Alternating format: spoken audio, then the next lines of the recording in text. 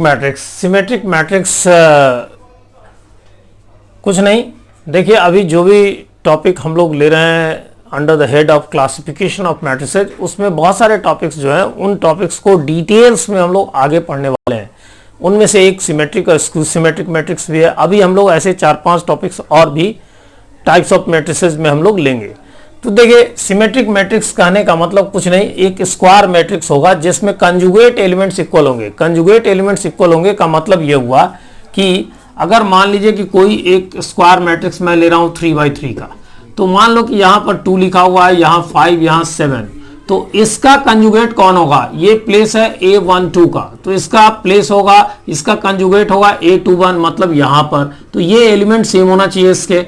फिर इसी तरह से यहां पर का जो एलिमेंट होगा वो A22 होगा। A22 का कंजुगेट तो खुद यही होता है, इसलिए कोई फर्क पड़ता नहीं। यहां कोई भी एलिमेंट ले लो, मान लो कि ये 8 है, यहां पर मान लो 6 है, तो 6 है, तो इसका ये जो प्लेस है इस एलिमेंट का वो है A23, तो इसका कंजुगेट होगा A32।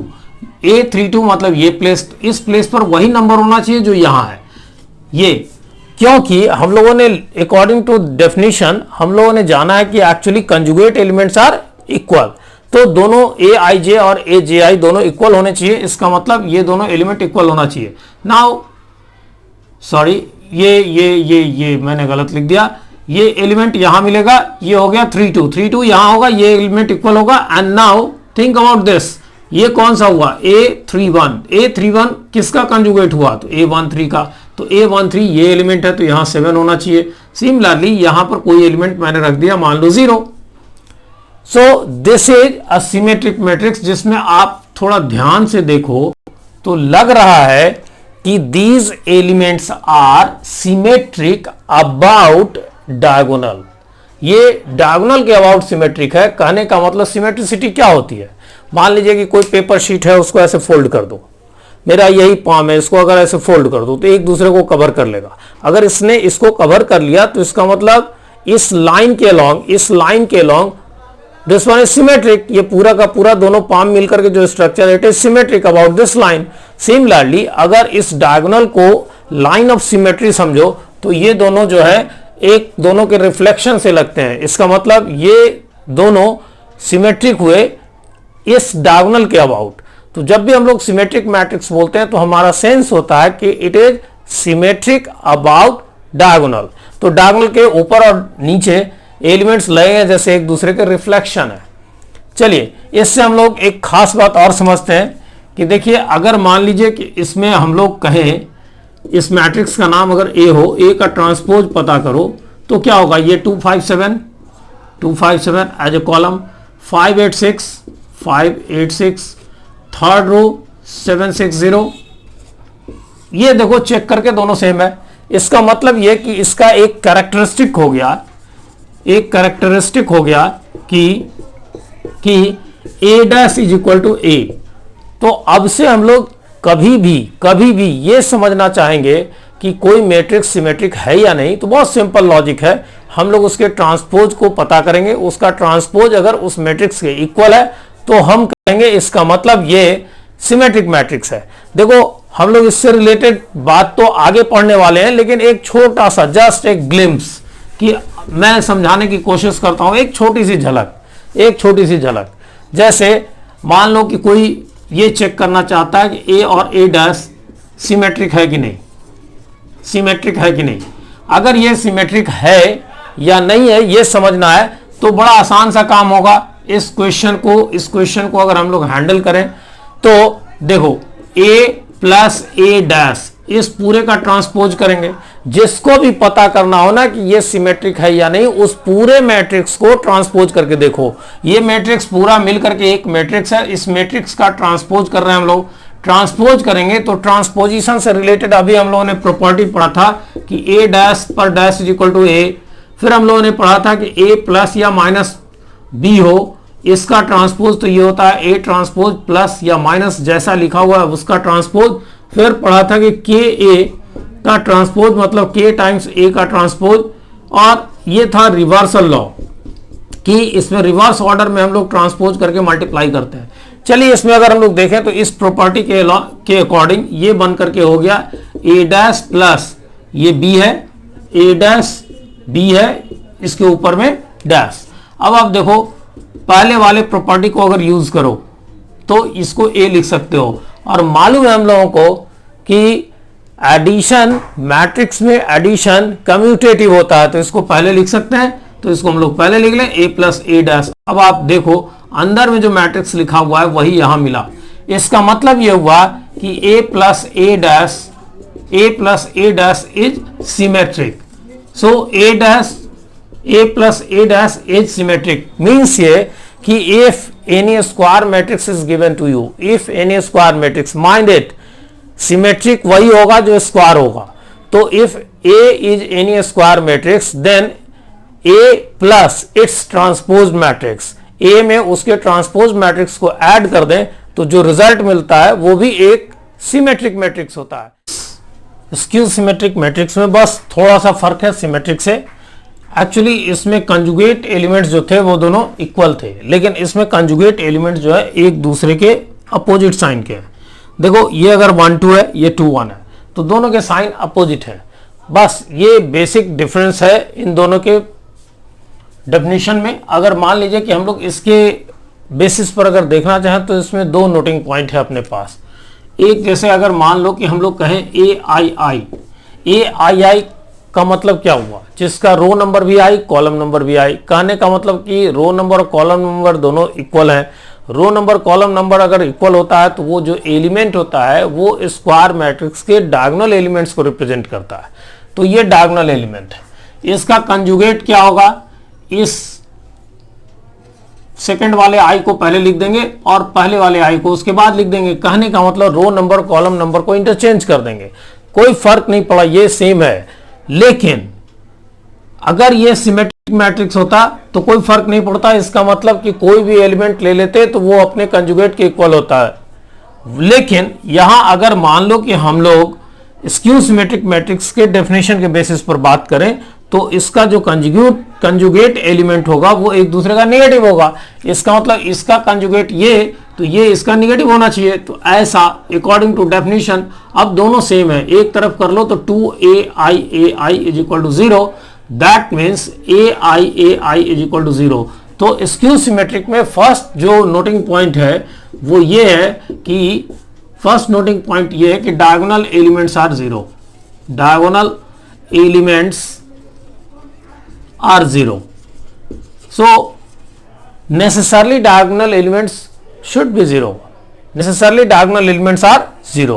लेकिन स्क्यू सिमेट्रिक मैट्रिक्स में अगर हम लोग बात करें तो इसमें डायगोनल एलिमेंट कुछ भी हो सकता है, कुछ भी का मतलब 0 भी हो सकता है।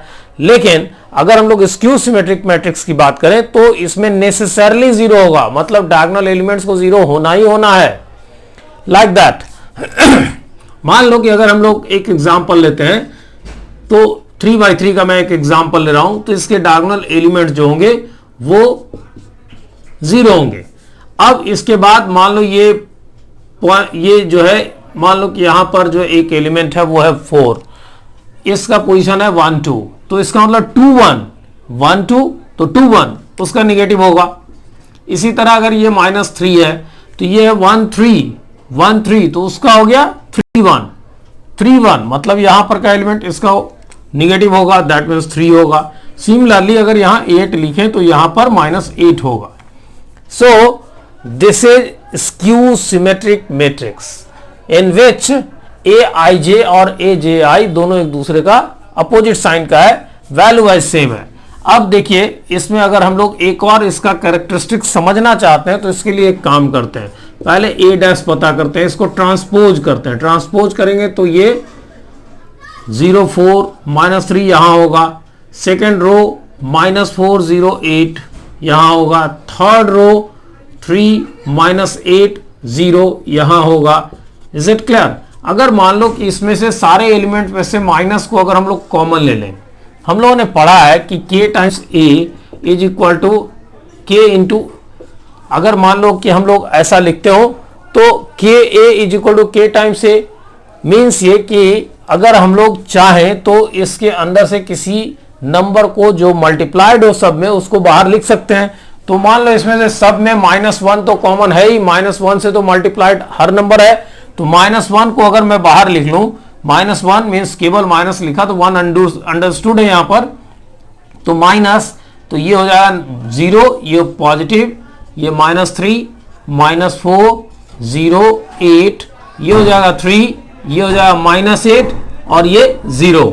अब थोड़ा नजर डालो इस पर, ये वही है जो पहले हम लोगों ने a लिखा था, इसका मतलब this one is equal to -a, this is the second noting point जिसको हम लोग इसका कैरेक्टरिस्टिक कह सकते हैं। तो इसकी कैरेक्टरिस्टिक हो गई,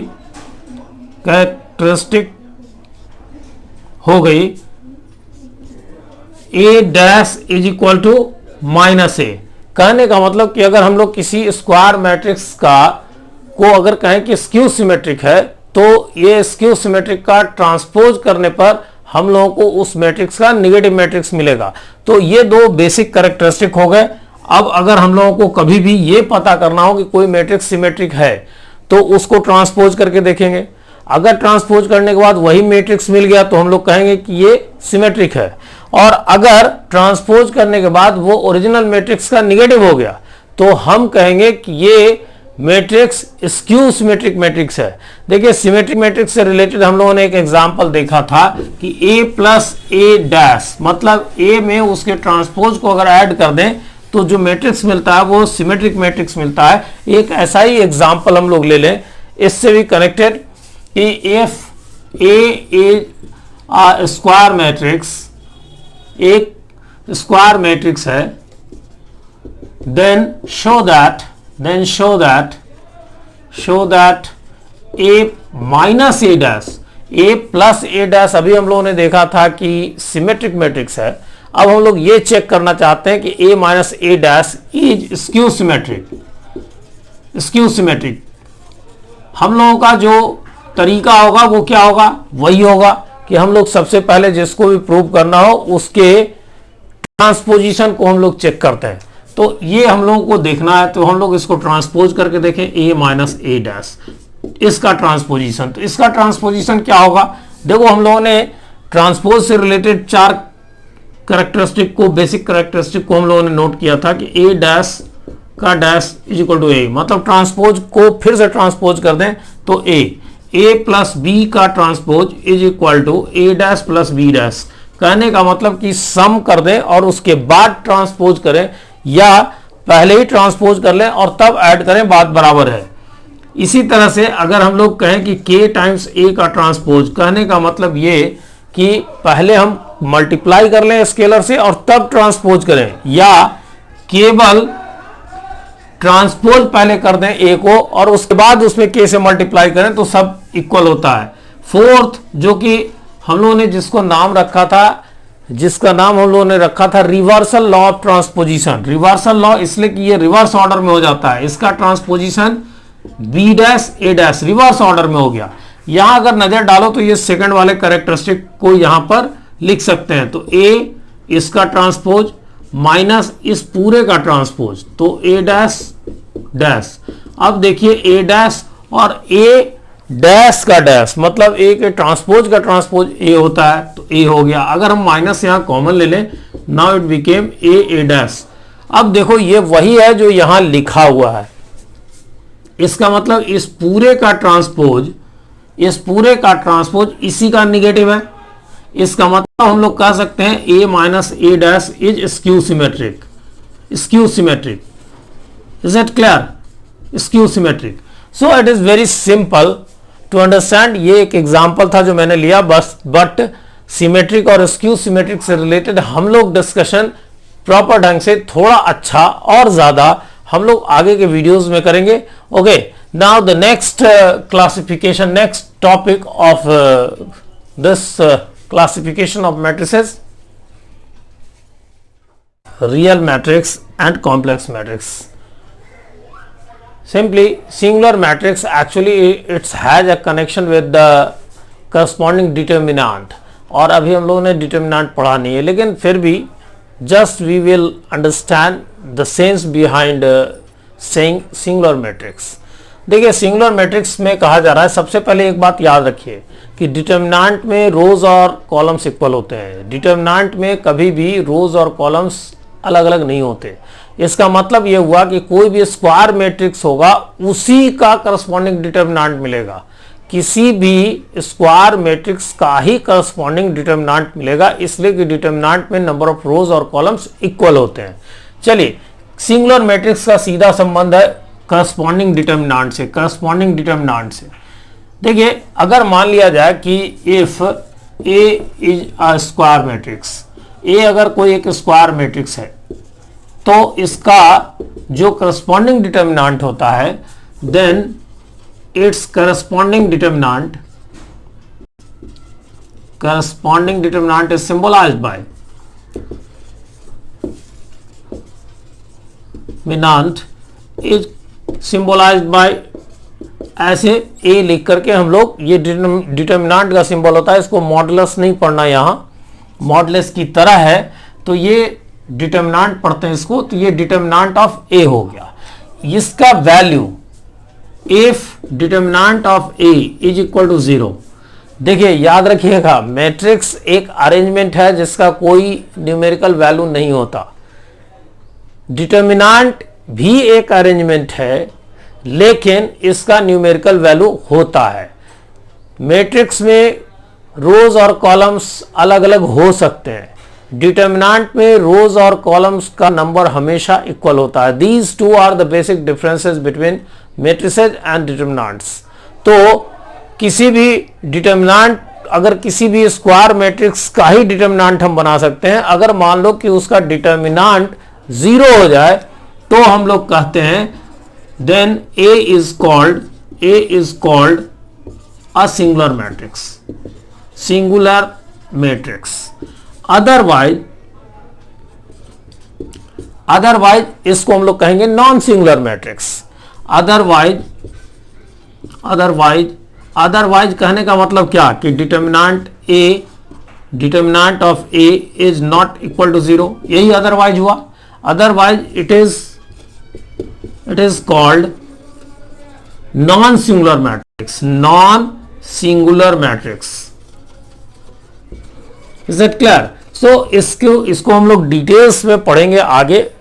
यहाँ only for the sake of understanding हम लोगों ने इसको एक्सप्लेन किया कि सिंगुलर मैट्रिक्स किसको कहते हैं। तो सिंगुलर मैट्रिक्स उसको कहेंगे जिनका करस्पॉन्डिंग डिटर्मिनेंट 0 हो।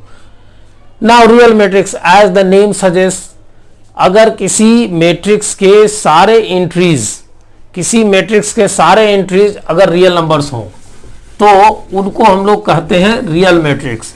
सिमिलरली कॉम्प्लेक्स मैट्रिक्स, तो कॉम्प्लेक्स किसको कहेंगे, अंडरस्टूड है कि अगर मान लीजिए उसमें कम से कम एक एलिमेंट, देखो ध्यान रखो रियल मैट्रिक्स में कोई भी एलिमेंट इमेजिनरी नहीं होगा, लेकिन कॉम्प्लेक्स बनने के लिए एक भी एलिमेंट एटलीस्ट वन एलिमेंट अगर कोई इमेजिनरी नंबर होगा तो हम लोग उस पूरे मैट्रिक्स को हम लोग कहेंगे complex matrix.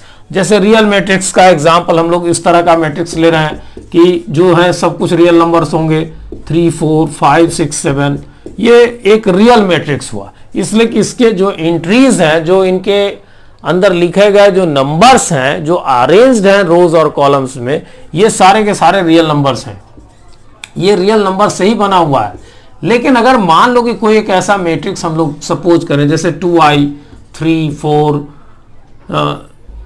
1 minus 3i 4i like this, इसमें देख रहा हूं कि तीन एलिमेंट्स जो है इसमें इमेजिनरी एलिमेंट्स हैं, इमेजिनरी नंबर्स हैं। सो ये जो 3 एलिमेंट्स हैं ये इमेजिनरी नंबर्स को कंटेन करते हैं। इसका मतलब ये जो बी नाम का जो मैट्रिक्स है, ये मैट्रिक्स कंप्लीटली रियल नंबर से नहीं बना हुआ है, तो इसको हम लोग बोलेंगे, इसमें देखो कम से कम एक, इसमें क्या लिखा हुआ है, एटलीस्ट वन, ये नहीं कि सभी, कोई एक भी अगर ऐसा नंबर मिल जाए जो इमेजिनरी नंबर है तो उस पूरे मैट्रिक्स को हम लोग कहेंगे complex matrix. Otherwise that is a real matrix.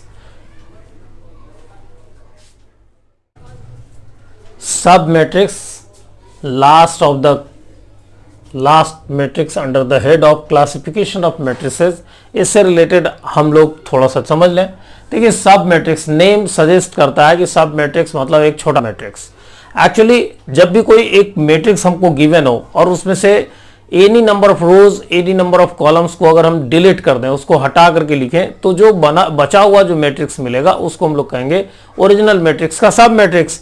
As for example जैसे देखो, जैसे साफ साफ इसमें लिखा हुआ है कि obtained by deleting any number of रोज और कॉलम्स और बोथ, ये जो बनेगा इस मैट्रिक्स को हम लोग कहेंगे सब matrix of the given matrix. मान लो कि एक मैट्रिक्स है A 2 3 1 4 5 6 7 0 1 3 8 9, ये मान लो कि 3/4 एक ऑर्डर का मैट्रिक्स है।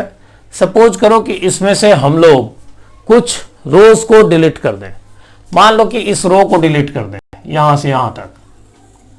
क्लियर? तो जो मैट्रिक्स मिला हम लोगों को वो मैट्रिक्स ऐसा हो गया 5 6 7 0 1 3 8 9, ये मैट्रिक्स 2/4 का हुआ। इस मैट्रिक्स को मान लो नाम दिया मैंने B, तो B is sub matrix of A।